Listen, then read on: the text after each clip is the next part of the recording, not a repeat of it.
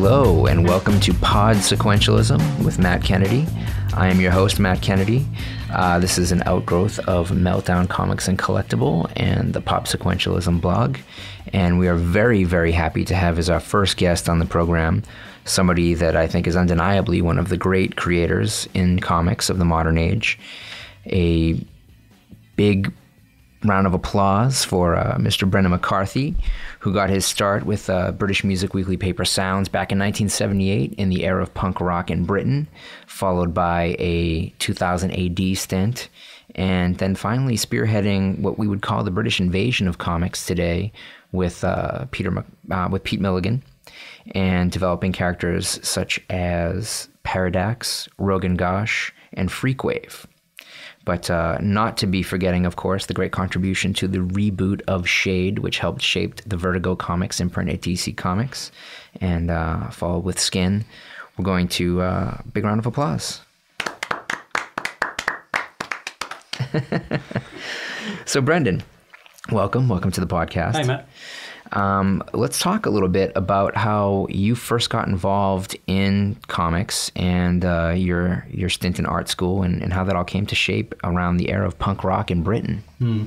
Yeah, that was a very exciting time when the whole sort of the kind of 60s establishment was getting overturned by this raucous new energy that was coming up, largely instigated by the Sex Pistols.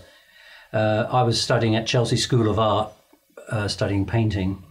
At the time, I was doing really big, huge kind of comic book type paintings, and kept getting lumped in with Lichtenstein, which was really annoying because that's all people could ever think about. The punk energy made me want to stop painting and actually get some material out into the marketplace with a comic strip. So I wanted to do, if you like, the first punk comic.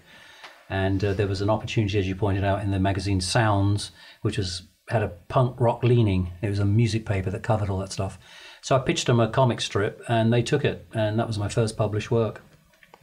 That's kind of difficult, I think, for people to understand now with the easy availability of counterculture magazines, publications, and comics, just how different that would have been in 1978 in the UK.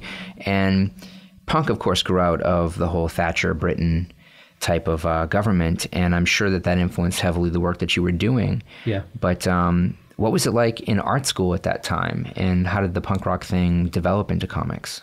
Well, the Sex Pistols played their second gig at Chelsea School of Art, so I saw their second gig, and punk rock just happened down the road because we were located on the King's Road. Right. And Seditionaries, Malcolm and Vivian's shop was down the bottom of that. The famous King's Road. Yeah. So punk was really there, like really from the get-go.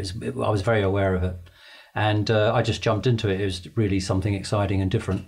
Also, punk owed its outgrowth to stuff like the very early Brian Eno Roxy Music records and David Bowie doing Aladdin Sane. And so it was coming from a space that I liked. And it was also eradicating and removing away all the denim-clad progressive rock stuff that was being pushed aside.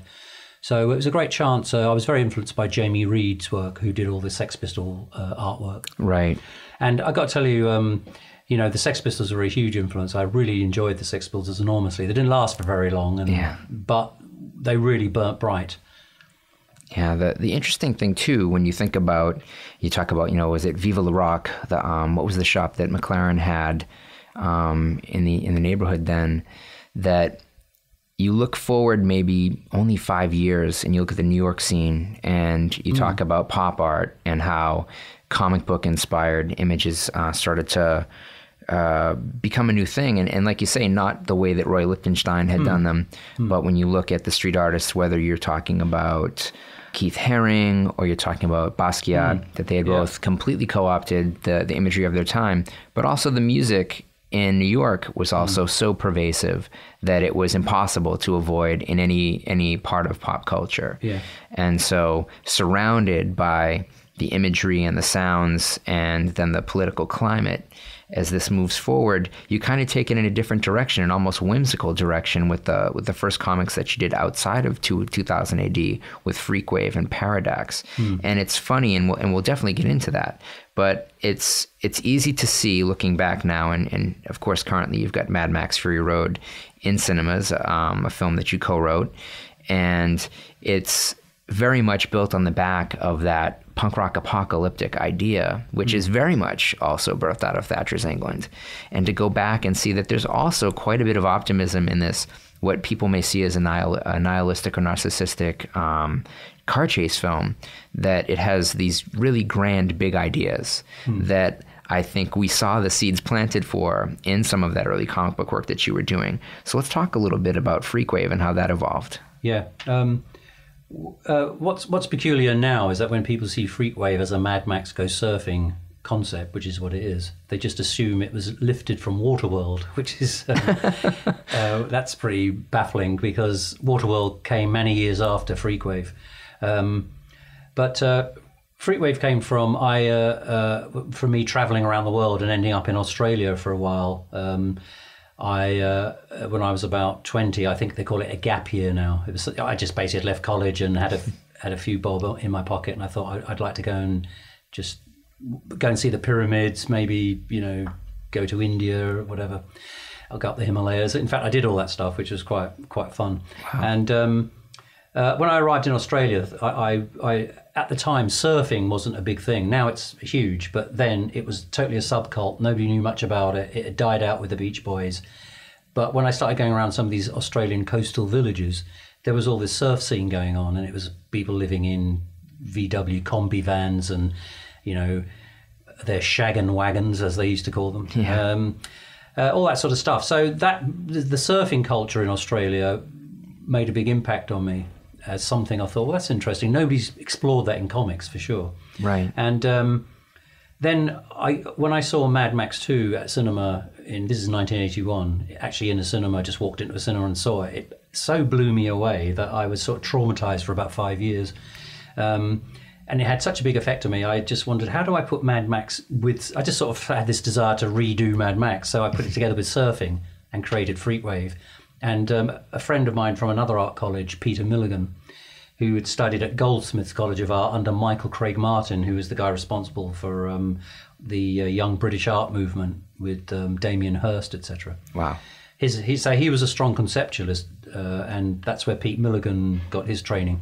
So when myself and Pete Milligan combined with Freakwave, we were able to bring sort of like a sort of fairly sharp sensibility to it, which also was quite punk influenced. I had seen Mad Max 1 at a double bill in what's called, I think you had it over here as well in America, called the midnight screenings. Yes. Well, in England, I think they're the same over here. They used to take place in porno theatres or grindhouse theatres, I think you call them, don't you? Mm-hmm. And so we would go to the local porno theatre, because that's in those days you used to get porn theatres in the middle of the high street showing movies. You'd expect that in Knightsbridge previously, right? But this is pre-video, pre-DVD, pre-digital. So the only way you got to see an art house movie was that some enterprising young hippie or so would rent the 12 o'clock screenings at night, midnight, Saturday night, and they'd show double bills. Like Eraserhead was a staple, but so was Mad Max. Wow. The Hills of Eyes. These kinds of movies would play, you get different combinations of them. So I saw Mad Max with a double bill with The Cars That Ate Paris, Peter Weir's bizarre car movie, Australian car movie. So I saw these Australian car movies together, and that was what's now called as Ozploitation, but by two of the seminal directors of the Australian Revolution in cinema, George Miller and Peter Weir. So when I saw Mad Max 2 was on a few years later... Of course, released in the US as The Road Warrior. Yeah, Road Warrior. Yeah. Well, I went to see that. I knew I had seen Mad Max 1, which I'd liked, but it hadn't blown me away or anything. And then number 2 absolutely destroyed me. Yeah. And began a quest of hanging around the offices of George Miller when I, and looking through the windows. And even one day when the door was open, I managed to walk in and talk to the writer of Road Warrior, Terry Hayes, who was very nice. Mm-hmm. Never got thrown out or anything. But strangely, I missed meeting George Miller. I could never quite be there at the right time to meet him. I met everybody else though. And so Mad Max was a very big influence, and I took Freakwave over to LA. My first trip to LA, I was so naive, I didn't know anything at all.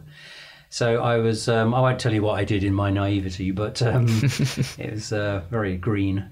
Anyway, the thing is, I didn't sell it as a film, but I did sell it as a comic strip, and that then led to Strange Days and my American career. So it was a fruitful journey in the end. And so was that out through Pacific Comics? That's right, yeah. There was Pacific, who then I think became Eclipse Comics. Yes. And they, in those days, what was great is you could get full page rate and you could own all the rights to your work. Yeah. Which was fantastic. So I'm one of the few artists, I've always insisted on owning the rights to my stuff, if possible. Now and then I'll throw one their way, but generally I keep all the rights to my own material, which I think is a sensible thing if you're a comic book creator these days, anyway. Yeah, certainly. There's been a lot, I think, especially now with the Avengers second film coming out, and there being that visible placard based on characters created by Jack Kirby and Stan Lee, that there's been discussion, especially among artists, but people who know the comic business know what Jack's contribution was, and to not have seen it until this film was sort of a big point of contention. The Kirby family did come to terms with Marvel Entertainment, and certainly are getting some compensation now, which is fantastic. Yeah, great news. Yeah, and there was a long time, and I've spoken to people like Steve Bissett about this, and I'm sure we'll have him on the podcast, about just how I think at DC, the first people to be given the type of deal where they would get ownership of characters was that Alan Moore, Steve Bissett, John Totleben partnership, where they were bringing in a readership to a comic that was almost canceled, but that upstart comics, people like the people at Pacific, the people at Eclipse, up in Canada, you had Dave Sim and Aardvark Vanaheim, who was really kind of a self-publisher who allowed other people to publish with him. And then later, Kevin Eastman at Tundra, Steve Bissett with his Spider Baby Press. They allowed people to maintain creative control because they'd worked in an industry that didn't give it and didn't give it freely. So it's interesting that this is becoming a topic again, that there are a lot of people who are trying to bring their vision to a large audience and think that their only recourse is to bring it through a major publisher. And we're finding, of course, that through things like Kickstarter, that's not necessarily the mold anymore. So it's refreshing to see that even back in, this would have been 1981, that you were able to get that type of freedom, and which I'm sure made the best of Milligan and McCarthy, which came out through Dark Horse, a possibility. Yep. That otherwise these rights would have been tied up with so many different entities and for so amount of time that it wouldn't have been possible to even publish prior. Yeah, that was very easy to deal with Dark Horse, who published that collection, the best of Milligan and McCarthy, because we owned all the material. Yeah. And a couple of places where we didn't... permission was very easily given by DC for the shade covers, and Rebellion for the sooner or later sections we used. Right. And Sooner or Later was that the first collaboration outside of Sounds with Pete Milligan? No, Freakwave was. Right. Okay. And Brett Ewins? Yeah. Sadly, Brett passed away a few months ago, but he was the third soul involved in the Strange Days comic, and that whole part of we were just that part of the what's known as the British invasion, the revolution in comics that happened. A lot of the attention went to Alan Moore, Frank Miller at the time, and they were great works of art they did, and but as the dust has settled, there's all the sort of, if you like, the people bringing up the rear, like myself and Pete Milligan and Brett, with Strange Days, Paradox, Skin, and our contribution now has been acknowledged as well, which is terrific. Yeah, it's always been kind of a stuck in my craw that Shade didn't get the acclaim that Sandman did in its time. Yeah. And of course now I think that one of the most requested omnibus at DC at Vertigo, when they were starting to package together all these series, was Shade the Changing Man. And what made it a difficult thing to do was just how long the series ran. Right. That it was a 75-issue series and one of the best written things on the newsstand for that entire time. But talking about Brett now, Brett had also gone to Chelsea with you. No, Brett went to Goldsmiths in London with Pete Milligan. Right. I got to meet Pete Milligan through Brett. Yeah. Oh wow. And then we formed. We were very we saw comics much more like music, and we wanted to form, if you like, a comics collective, like a comic band, if you see what I mean. Right. Well, that's a good place to hold off as we go and pay some bills with a little bit of advertisement here. So we're going to be coming back in just a moment with the incredible Brendan McCarthy on the Pod Sequentialism podcast. Hey guys, it's Briars. Just want to tell you what's going on down at Meltdown Comics in Hollywood. We got Meltthology. Meltthology is a monthly comics jam at Meltdown every third Tuesday of the month. Here's how it works. Show up at the Melt at 7 p.m. and draw a page of whatever you want. At 9:30 p.m., we'll collect all of the art and $3 for printing costs. When you come to the next month's comics jam, you'll get a zine with everyone's contributions inside. There is no set theme, and all skill levels are welcome.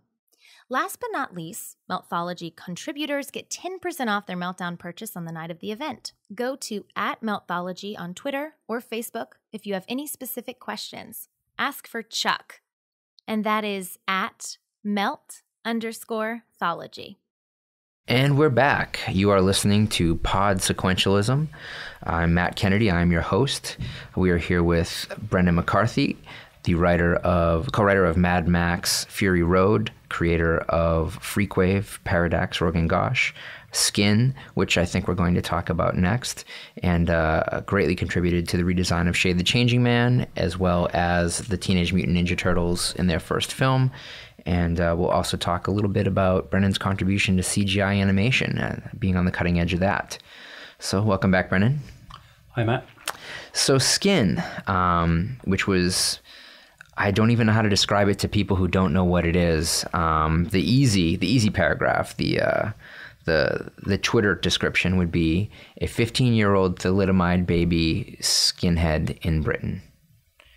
Yeah, you're kind of getting there. I think in British culture, skinheads occupy a slightly different point of view, or looked at differently than they would be over here. Over here, they're seen purely as sort of shaven-headed Ku Klux Klan racists. Right. I don't think there's any other version of them. Right. Whereas in the UK, the skinheads started off as a kind of as something that derived from West Indian rude boy music, ska music, and the particular sartorial style of very sharply pressed trousers and boots and things like that, which was all the West Indian rude boy look.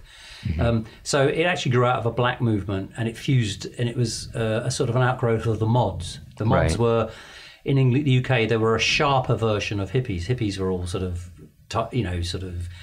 scruffy jeans. Mods were all sharply dressed, nice polished shoes, all that sort of stuff. The Who, My Generation era. Yeah, exactly right. Quadrophenia. Yeah. So if you take quadrophenia and you mix it up with some West Indian Caribbean black influence, you get skinheads. Wow. And later on, that within a very short time, you're talking about a couple of years, the right wing move into the skinheads, and they become then more connected to football violence and all that sort of stuff.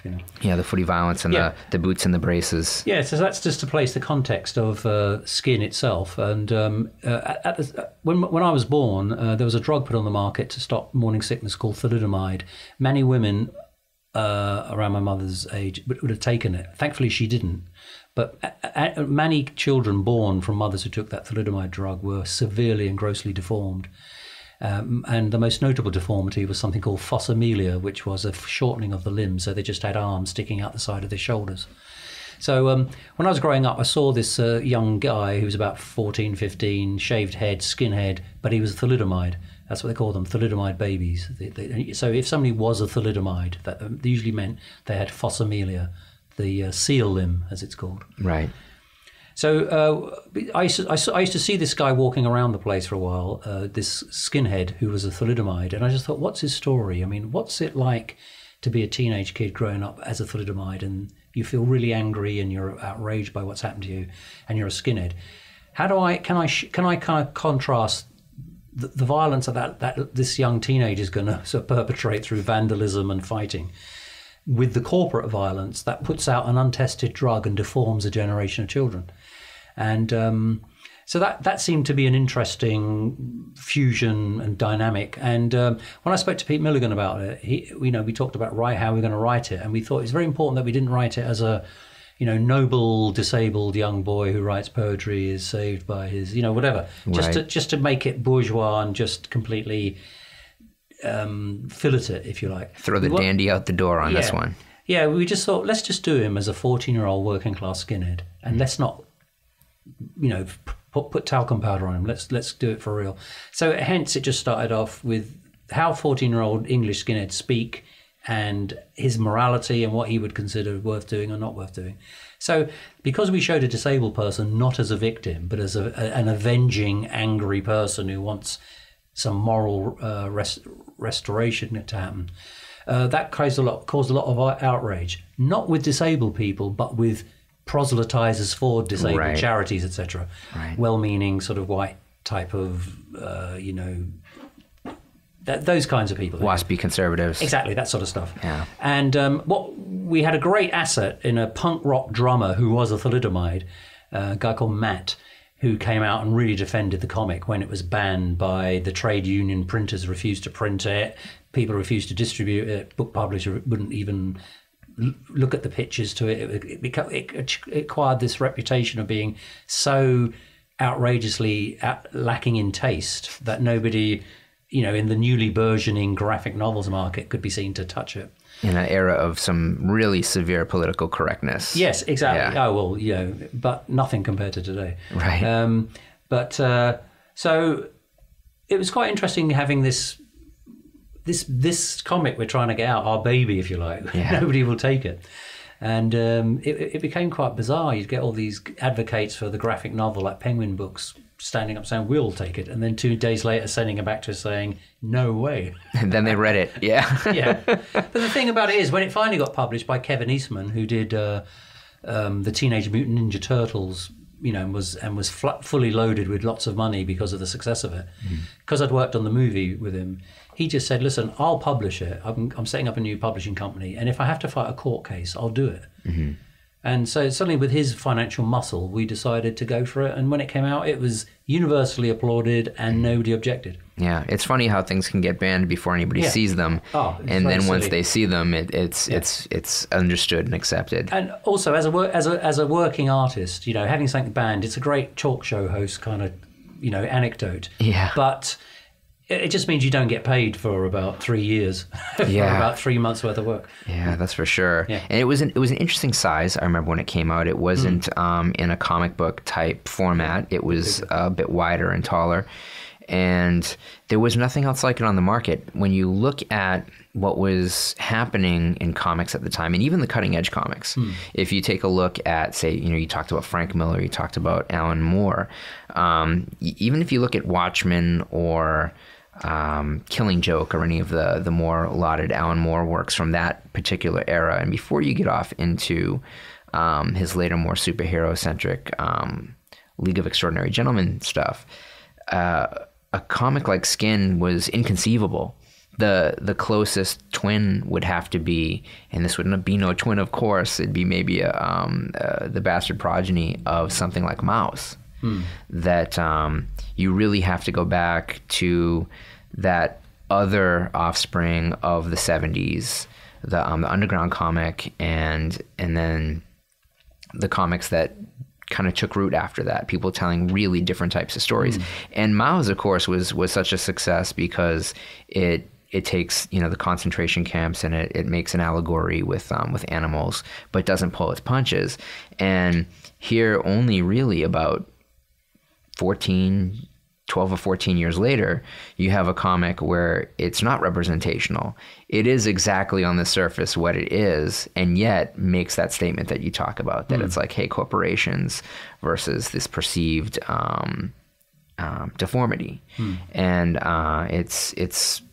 it's really kind of breathtaking. I remember when that came out and Tundra finally published it, it came with quite a bit of advance, well, not necessarily praise and not necessarily scorn, but a lot of conversation, and everybody that finally got their hands on it was really blown away with it, and even the color.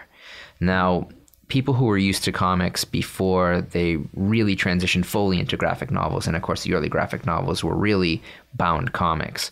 So you still had either that newsprint turned to Baxter, slightly more expensive paper, but the whole color process, there's a very spray paint look to Skin, which had never existed in comics before. I'm sort of amazed that with the advent of street art and spray can art and graffiti art hitting what I think is probably its logical high point right about now with artists like Retina and certainly Shepard Fairey and people like that. Shepard, of course, is more of a wheat paste guy. But because spray can is such a big thing, I'm amazed that this new generation of more hip-hop inspired than punk inspired artists, and who are now fine artists who are showing in galleries who are using this medium, haven't just really wrapped their arms around Skin and championed it. Because it was also, I think, the first comic book to feature a character with a spray can on the cover. Right. And so I think as we look back at these things and we see that things aren't necessarily so quaint as they are so prophetic. Right. And so after Skin, it was there were projects here and there, but it seemed like you had kind of gone entirely into entertainment as your primary motivator. Is that true? Well, what happened after a really good run of work with myself and Pete Milligan, we'd done the classic Strange Days comics. We then did Rogan Gosh, sort of a pre-hipster Bollywood Indian thing. We had Skin. That take ages to come out, and I was doing the Shade covers. All that stuff was happening. Let's not forget there's 2 Eisner Award nominations in there for your cover work on Shade. Yeah. Oh, good. Yeah, there's some really great. I was really pleased with some of those covers. But the main thing was that what started to happen is that Image Comics started to come in, and suddenly all these, like deluxe silver, platinum covers embossed with, Todd McFarlane's underpants or something, but we're selling 1 million. Yeah. And it was like disco had come in after punk or something. It felt like a completely different mindset. Rob Liefeld, Jim Lee, all those guys were, to me, the polar opposite of what I was about. Yeah. In that they were, I didn't feel they were particularly content-based creators. They were much more like Michael Bay kind of creators. Yeah, splash page, new character. I do admire what they eventually did by leaving Marvel and setting up Image Comics and all that stuff. I really take my hat off to them. They were great. But what they were about, just the kind of the subject matter, didn't interest me in the slightest. And I could see that basically that era of my stuff was over. Yeah. Just like the punk era was finished and in came something else. Yeah. So that era of the British invasion was finished. And it just so happened at that time, I got approached by a pop video director who I'd then go on to do a lot more work with, called Steve Barron, who was quite an innovative guy. Did a lot of the classic pop videos of the 80s and early 90s.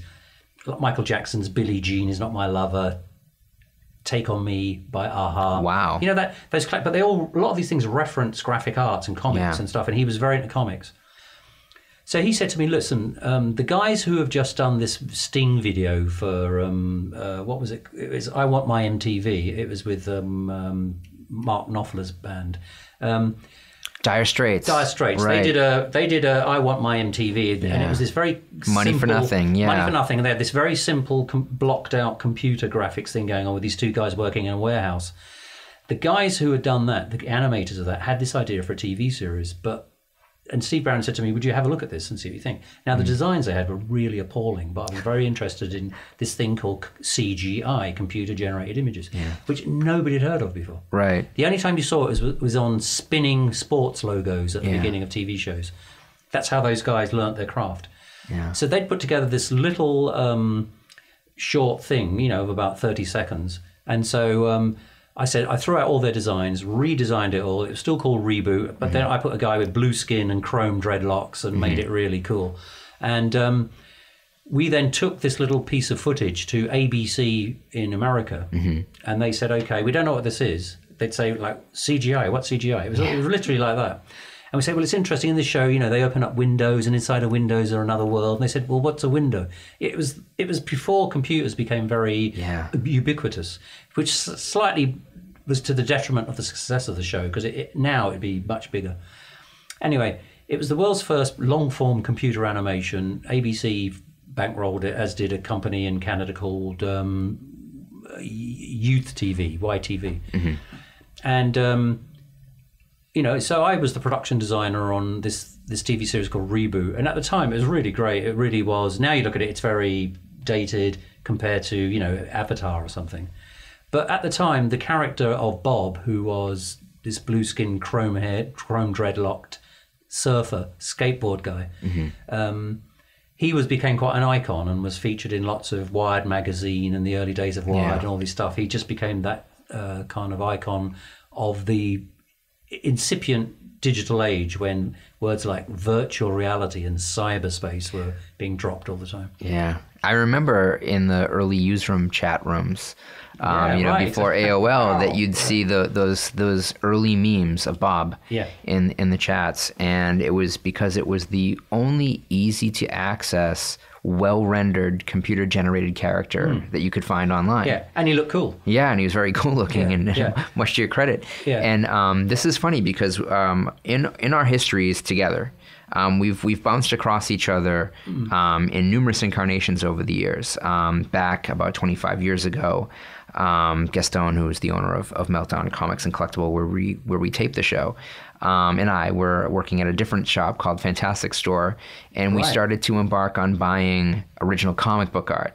Right. And so the two of us bought cover to cover Shade the Changing Man number 22. Oh, wow. And so that I kept the final page, which is I still have in my collection. It was included in the Pop Sequentialism exhibition, helped actually spearhead the time frame that I was going to develop when we did the project.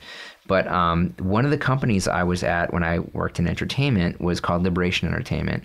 And we had purchased Reboot home video rights in the UK and the US, but the company was dissolved and the rights were sold off before we got to release anything. But we had consolidated seasons 1 and 2, which season 2 took a very long time to come out. I think it came out years after season 4 even had been released on DVD.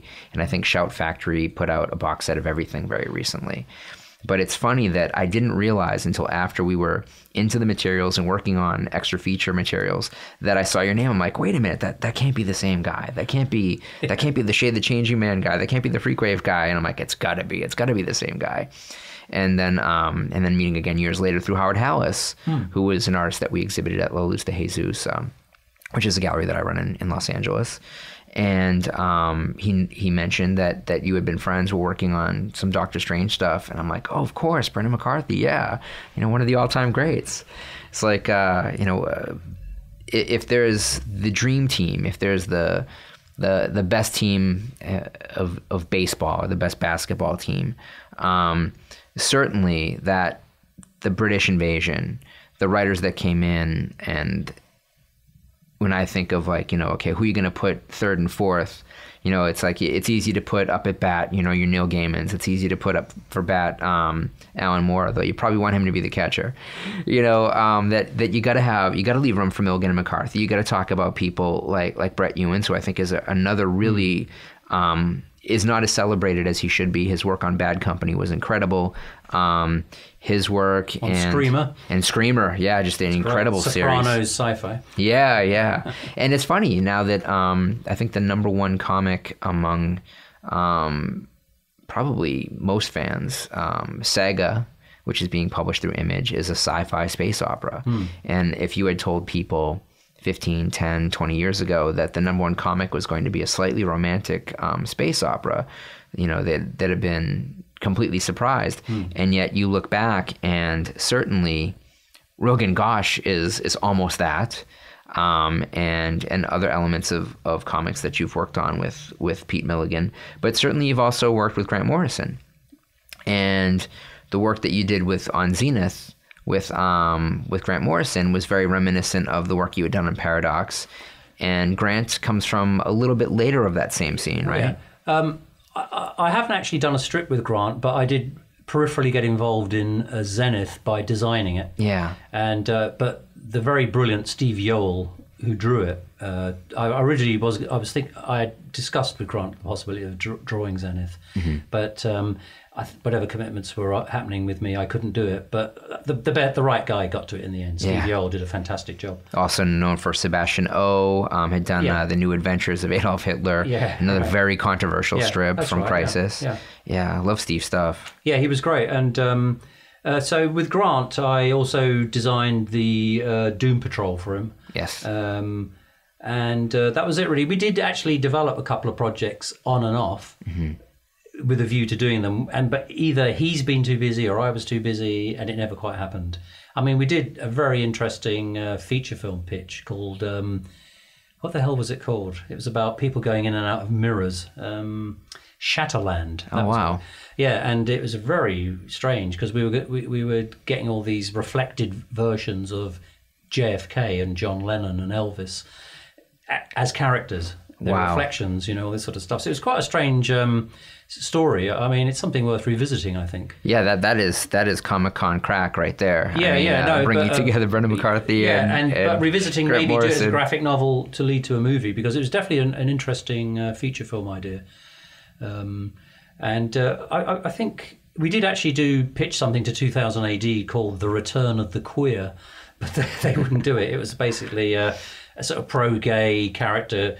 Well, actually, what it was a guy who was a fascist school teacher called Mr. Smith, who ran the School for Fools.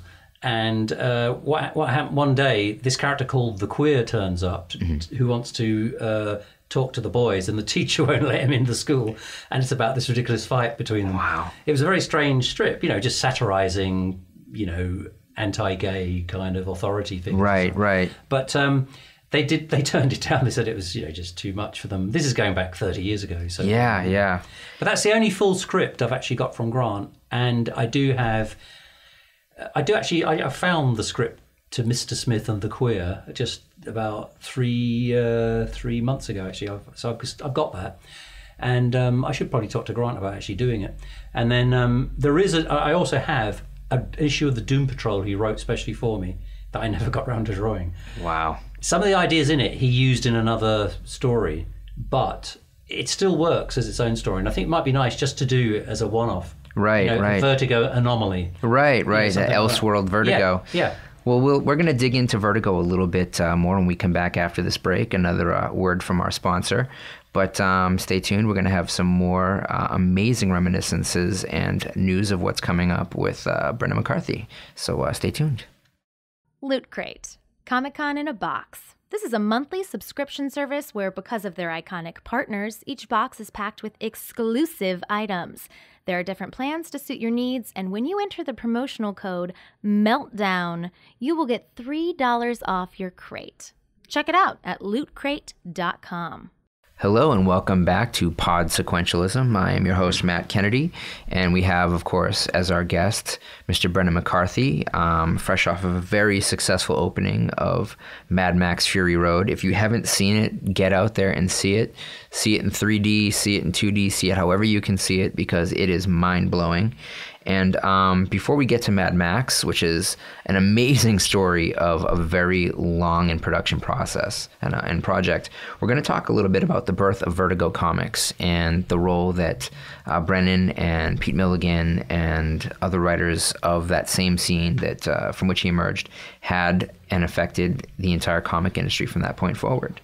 So, Brendan, let's talk a little bit. You mentioned that you had helped with Grant Morrison redesigning the Doom Patrol characters, and I'm guessing this is around the same time that you were redesigning Shade for Pete.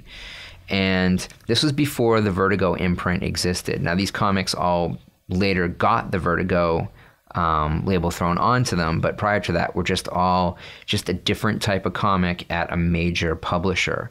What was it like, and how did it come to be? For me, that was the getting towards the end of a period of great excitement, creativity, and thrill. Just that being caught up in that whole comics revolution, the birth of the graphic novel, the movement. Every other article in a newspaper or a magazine would be wham, pow, smash, comics aren't for kids anymore. Yeah. That stuff. But it was getting past that, which was good. It was now people were actually starting to get graphic novels as things unto themselves. So the novelty of comics not being for kids was wearing off, and now graphic novels are starting to get established. We definitely sort of, if you were British and you're in comics at that time, you kind of ruled the roost. Yeah. A lot of our American creators were getting sort of mighty pissed off with the Brits.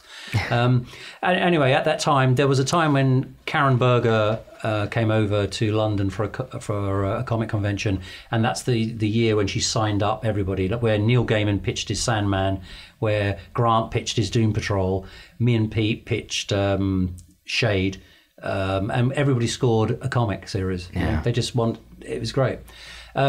Also, they were buying stuff up that had already been published or wouldn't be widely known in America. So when they saw Rogan Gosh, which was our sci-fi East Indian story, Karen wanted to produce it as a one-shot, right, and collect it to a graphic novel. So that was terrific, being published by Vertigo, and they did a beautiful job of Rogan Gosh. And I can't recommend enough to fans of Saga that they pick up this series. It's just fantastic. It's very eye-opening and mind-expanding in a way that I think you might appreciate.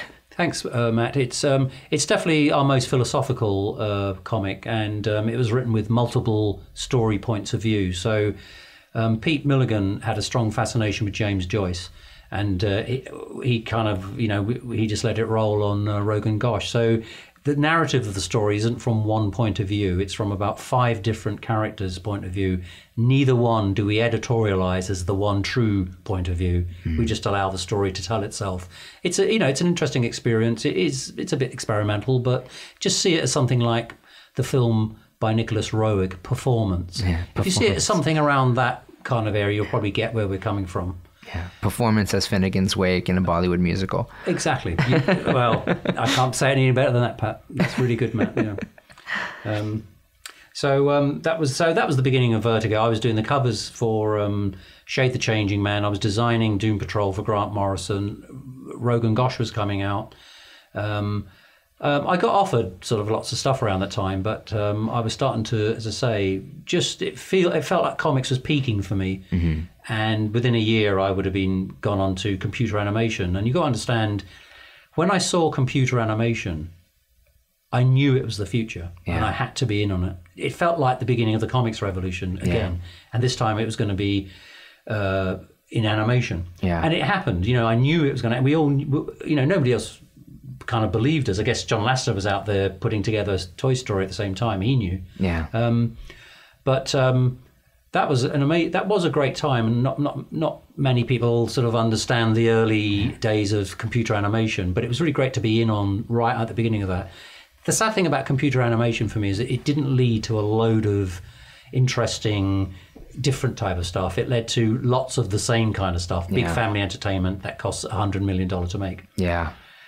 That's okay, it's fine, that's Hollywood, but it would have been nice to have seen some more peripheral type of thing. You saw a little bit of it with the Matrix short films and things like that, but generally not enough, I thought. Yeah, Animatrix. It's funny that again, when you think of CGI now, you don't think of how often it's used, not obviously.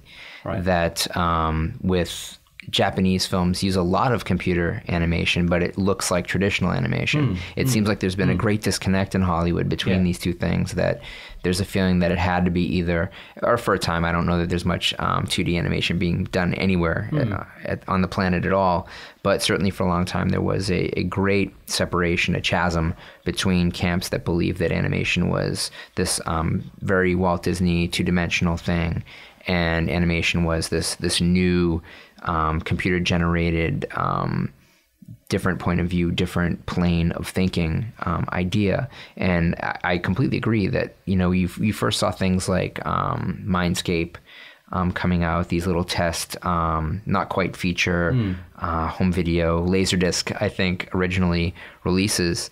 And they were definitely an eye-opener, but it seemed to be geared only for people who are interested in computers, that there wasn't a feeling that the general public were going to be able to palate this.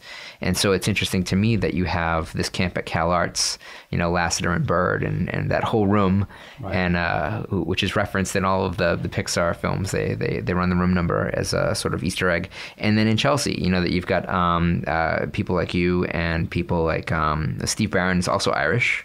Yeah. And thinking about, well, hey, this is the edge of the future. How do we make this work? And I think that the golden moment for most people was actually in Terminator 2, when they saw the trailer and they saw what T-1000 could be, that Hollywood said, oh, okay, that's what CGI is. This I can wrap my hands around. Let's do this. And you're right, it then became relegated strictly to blockbusters. But moving forward from there, we're going to talk about probably the longest film production that I've ever heard of, with Mad Max Fury Road. Now this project goes back to the 90s? Yeah, 1997 is when I first started talking to George about a new Mad Max movie. Wow. And now that would have been, even still, a good 11 years after the last sequel. Which would have been Thunderdome. Is that 86, 87? I think Thunderdome is 85. Oh, okay. So you're talking about a dozen years later already. Yeah. And so at that point in Hollywood, people might have been thinking, okay, well, it's been a long time. Is the time now? Are we too late or are we too soon? And so you get together and you start talking about big picture ideas. And what was that like? That was terrific, because George Miller's one of my all-time great directors, and he's been strangely under the radar for most of his career. And I've always thought he was exceptionally good. Yeah. A sort of fusion of Spielberg, Terry Gilliam, and David Lynch. Yeah. You know, there's a disturbing quality in George's work. There's also a strong surrealist streak, but there's also that kind of Hollywood sensibility, sentimentality element to a degree. Not as much as Spielberg, but it's there. A little Capra-esque touch in there every once in a while. And you see that at its most beautifully done in Babe. Yeah, and Babe 2, which is incredibly dark and incredibly beautiful. And when I saw that film, I think that really made it click. I mean, I had known after seeing Babe, I saw George Miller's name on it, and I thought, oh, is this the same guy that did The Road Warrior? You know, and certainly he's done Happy Feet, I believe, too. And so he's got these 2 tracks where he's able to do these incredibly literate children's films that don't speak down to kids, that adults can enjoy. And he's got this incredibly visceral, possibly the greatest action movie sensibility of any director who's ever lived. Right. Yep. And I think it's amazing that the two of you found each other to come together on this.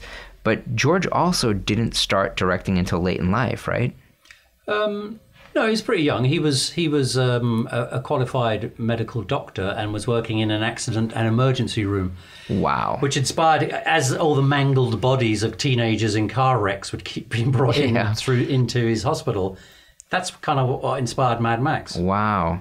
And that's a very similar sensibility, I think, to Peter Weir's The Cars That Ate Paris, in a very different art house connotation. And you mentioned that, these 2 great Ozploitation directors, both of whom have been nominated for Oscars. Right. And, Babe, of course, being nominated for Best Picture, I believe was that the same year as the year after Pulp Fiction. Yeah. And Happy Feet, of course, winning the Oscar. Yes, his first animated film wins an Oscar. That's amazing. Yeah. And so this journey starts in the 80s, and it starts to take shape in the form of probably a first draft script. Well, I met George in 1997, and we had one of those kind of conversations where you really just unload on somebody, all these years of thinking about their work. So, we had an intelligent conversation about George's work, about Mad Max, the Mad Max world, what each movie was, why Thunderdome in a way was a disappointment, and really, if ever there was another Mad Max film, George, it ought to really, not atone for Thunderdome, but actually acknowledge Road Warrior and, if you like, be the true sequel. Nudge, nudge, wink, wink. Oh, yeah. I mean, I was very, George, come on, let's get another Mad Max film out of you, please. Yeah. I said, I'll pay $10 to see a brand new Mad Max film, as long as it's really good, George. And I'll say this, too, that a lot of people, and I had, of course, seen The Road Warrior, I think in the drive-in in the early 80s. It was not on its initial release, but on the second release when it came back to the drive-ins. And they ran Mad Max and The Road Warrior together and saw them both. And then at that time, Mad Max, the first film, was hitting the local UHF stations in Boston, where I grew up. Wow. And so we were able to see this, and then video was coming out. People had VCRs in almost every home in the early 80s, so it really started to acquire this reputation. So I think that there are people who saw Road Warrior and then saw Thunderdome and were disappointed. But I think that people who saw Thunderdome who hadn't seen Road Warrior really loved it. Yeah, that's right. Because it's still a great movie. Yes, it was a strange follow-up to Road Warrior in some ways. Yes, and what's interesting about Thunderdome is that, things like Two Men Enter, One Man Leave has entered kind of the public. It's beyond zeitgeist. Thunderdome. That's part of the. So actually, in a strange way, Thunderdome penetrated into the public. Yeah. A lot more than the other films. Although the whole Mad Max world, if you sort of, I just picked up the magazine The Economist the other day. Yeah. And it said, just in its editorial, if we're not to avoid a Mad Max world, we need to, keep a look on global warming or something like that. But that's just become part of the conversation now. And of course, it kicked off an entire genre of film in Italy. Yeah. Oh, yeah. The Mad Max ripoff films, the Italian apocalypse films are hilarious. There's, aside from being built on John Carpenter's Escape from New York and on George's Road Warrior films, you've got this incredible post-apocalyptic genre. Yeah. So you have a conversation with this filmmaker, and you start to exchange ideas, and then you start setting up the possibility to work together. And so when does this really start to take shape and what, this is gonna happen? Well, when we initially met, and I talked about Mad Max with George, and then he asked me about computer animation and all that stuff, which was new, and he wanted to get a handle on it. He was very interested in it. We had a very interesting chat about Mad Max and the possibility of another movie. And then, the meeting was over, and a few months later I got a call from George in Sydney saying, would you like to come to Sydney, kick around some ideas for a new Mad Max film, as I've been thinking about some stuff, and I think I've got a really good idea here. Wow. So I flew over there, and we just sort of, I ended up working for a year with him in what we call the Mad Max room, which was this big room he's got this beautiful Art Deco studio in Sydney where he works from. And we just commandeered the top half of it, gradually started filling it up with drawings, ideas. George had a core idea for a story, and then I started to add to little bits here and there and all the rest of it. And gradually it fleshed out, and after nearly a year, we actually had a finished, I would call it a manifesto, a kind of script with drawings, with notes about things like remember to look at Sex Pistols videos and casting ideas, and it was just a very interesting document, which was a kind of script bible for what we were going to then do, which was knuckle down in earnest to define the movie through storyboarding. Right. And then two other storyboard guys were hired, very good Australian board guys called Mark Sexton and Peter Pound.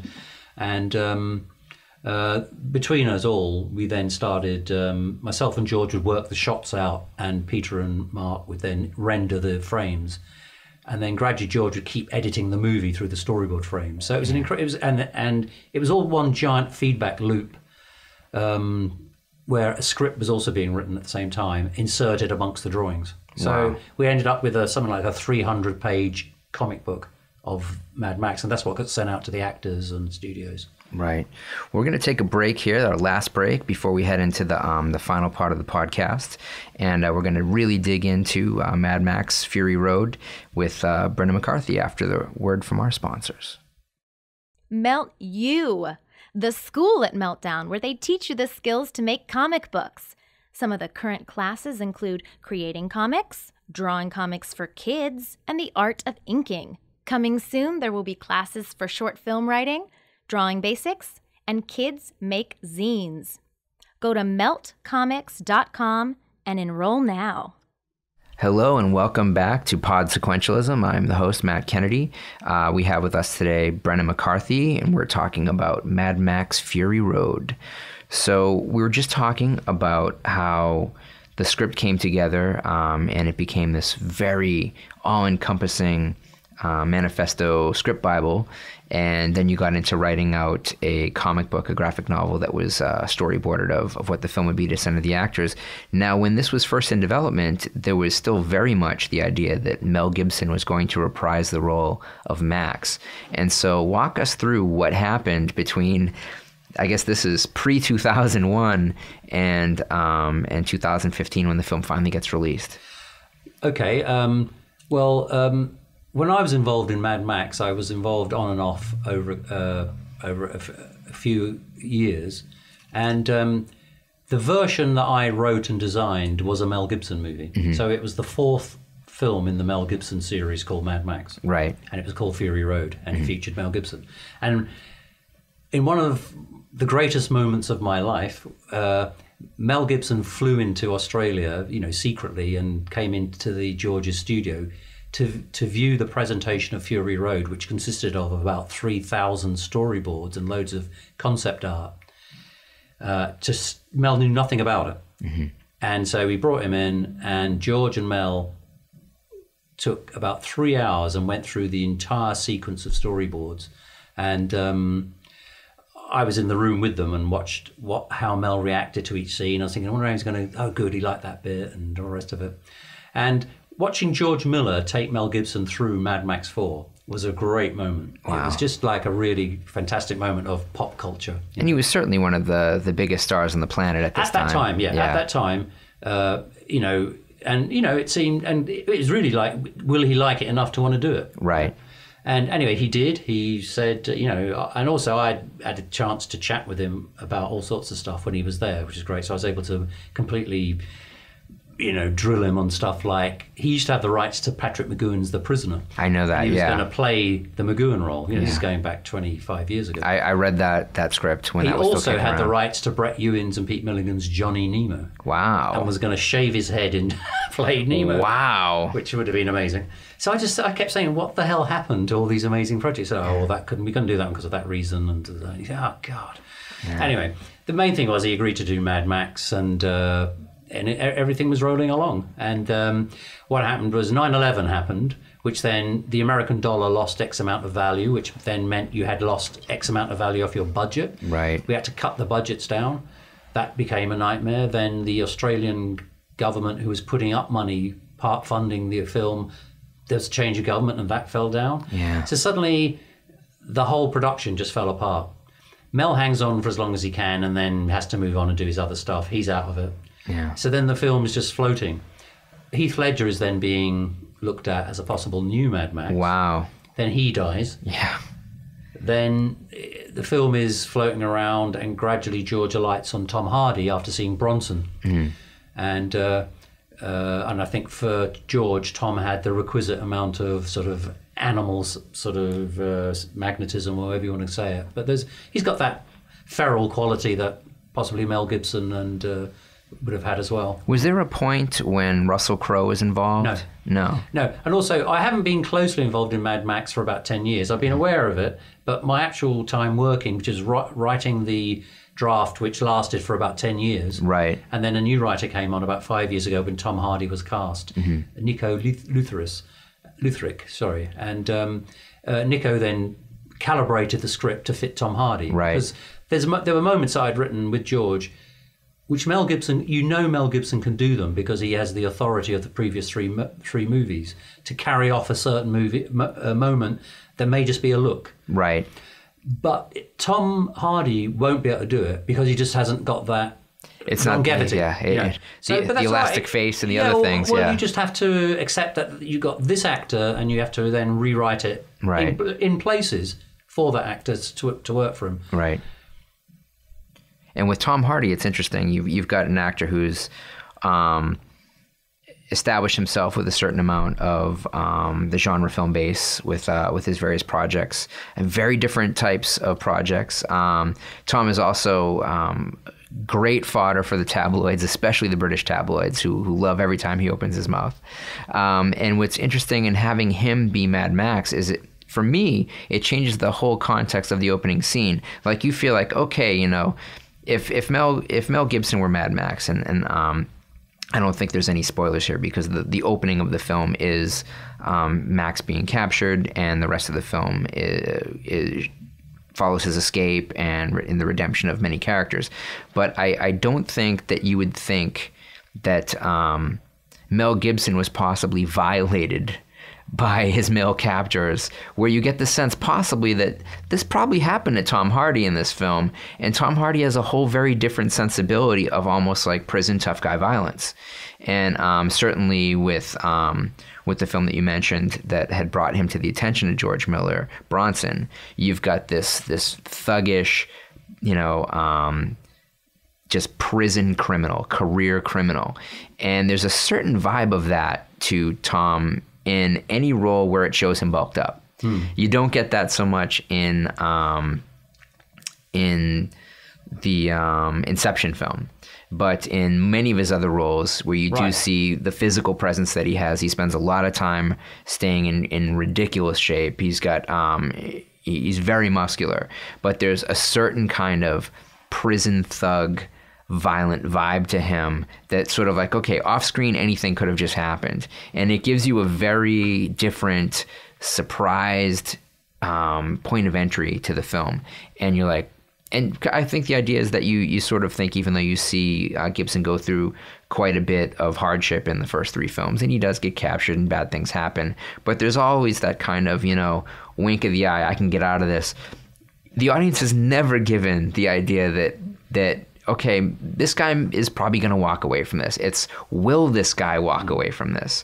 I'm glad you thought so. Yeah, what's the fate of these characters? Any one of these people could die at any moment. Like it keeps you on the edge of your seat in that way.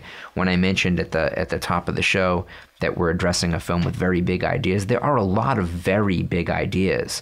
Not the least of which, it's great to have Toe Cutter back in a role which most people will not recognize him because of the amount of prosthetics that he wears, but that you've got the villain from the very first film coming back to be the villain in this movie, and in a very different character, but that this idea of the addiction to water, that people are surviving on blood transfusions, that it gives a whole different sensibility, even from people who are familiar with the post-apocalyptic zombie world of Walking Dead or World War Z, that the idea of blood being such an important commodity, I don't think that's ever been addressed in any of the post-apocalyptic zombie films. That, blood is going to be a very valuable commodity, that the availability to medicines and things like that is always addressed, but the more visceral elements are things that have escaped almost everybody until you come up to you and George and your ideas on this film. Well, one of the things that was also interesting was seeing,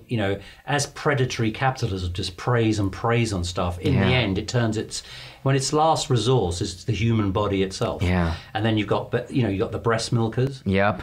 You've got the hair, you've got anything that the body can produce, fertilizer, anything. Yeah. I mean, there were things that we took out of the movie that we thought were too much.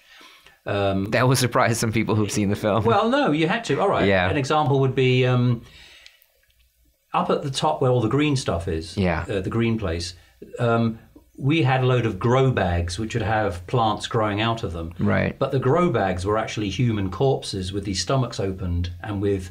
organs. Yeah, which would be mulched up into a fertilized soil, which could then grow as well, you see. Wow. So even the corpses are used as grow bags for food.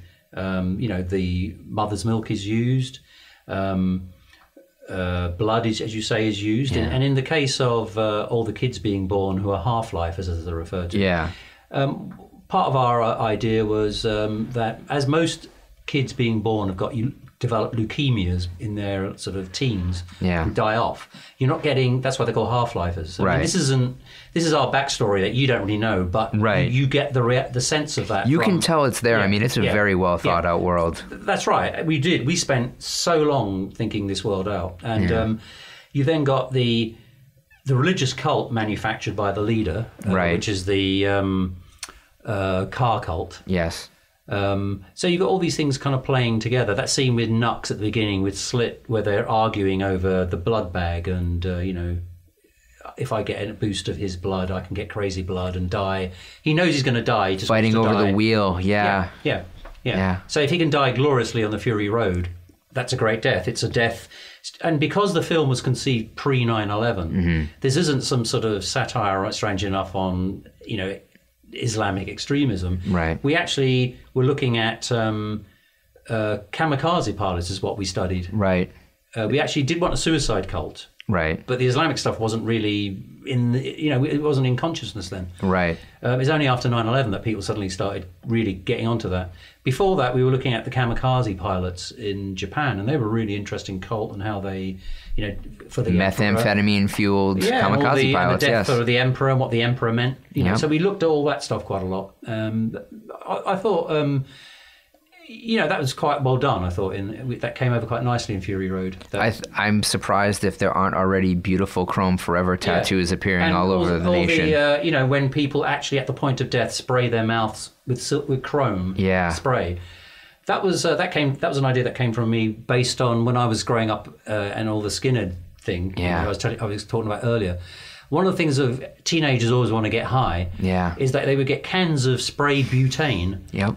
Stick the butane against their teeth and let the butane crystallize on their mouth. Wow. So they would get a crystalline mouth, but the finer vapor of the butane they could inhale and then get the buzz. So that came from, I told it all about George and said, why don't we just do it? Why don't we let them spray their mouths so that when we catch them in the sunlight, often you'll see the movement of the spirit from the body as a light coming out of the mouth. You've often seen that in films and stuff or in literature. So that's how we were able to sort of visualize it, a kind of vehicular, car-based metaphysics, if you see. Yeah, which is very interesting. Insane, but, you have to come up with it, though, and make it believable that these kids would spray their mouths, and at the point of death, they're illuminated. Yeah, which is somewhat reminiscent of J.G. Ballard. Of course, it's very Ballard, very, very Ballard. And the other really great car crash movie in a very different way. Yeah. And the idea that fetishism becomes a political movement in a way. So like I say, a lot of really, really big ideas, and you can tell that the characters have a lot more backstory than what is presented on screen, and that's why I'm really happy that and we've just seen this today, the first time I've ever seen it. I'm not sure if you had seen it before.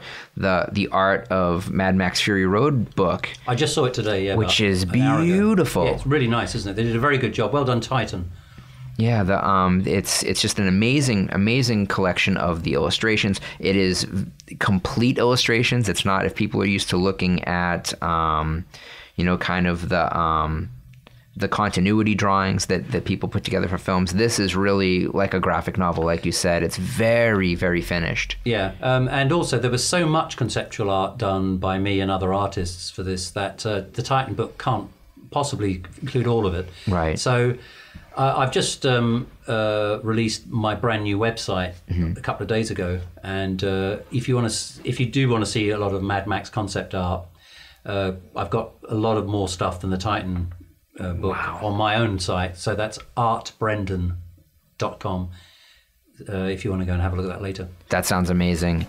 Well, I think we've pretty much wrapped this up, and I really want to thank Brendan for being the first guest on Pod Sequentialism. Thanks, Matt. Absolutely. I'd love to have you back again, and I hope that we can talk about many of the other things that have been in our interest across the years, and not the least of which is Fine Art Exhibition, which you also do, and you've got many other projects. You've got the Doctor Strange book that you had done with Marvel, and you've got several other projects. And I'm currently finishing up my new graphic novel, Dream Gang, with Dark Horse. Yes. Well, again, thank you so much, and thanks for listening in. We'll be back next week with another edition of Pod Sequentialism.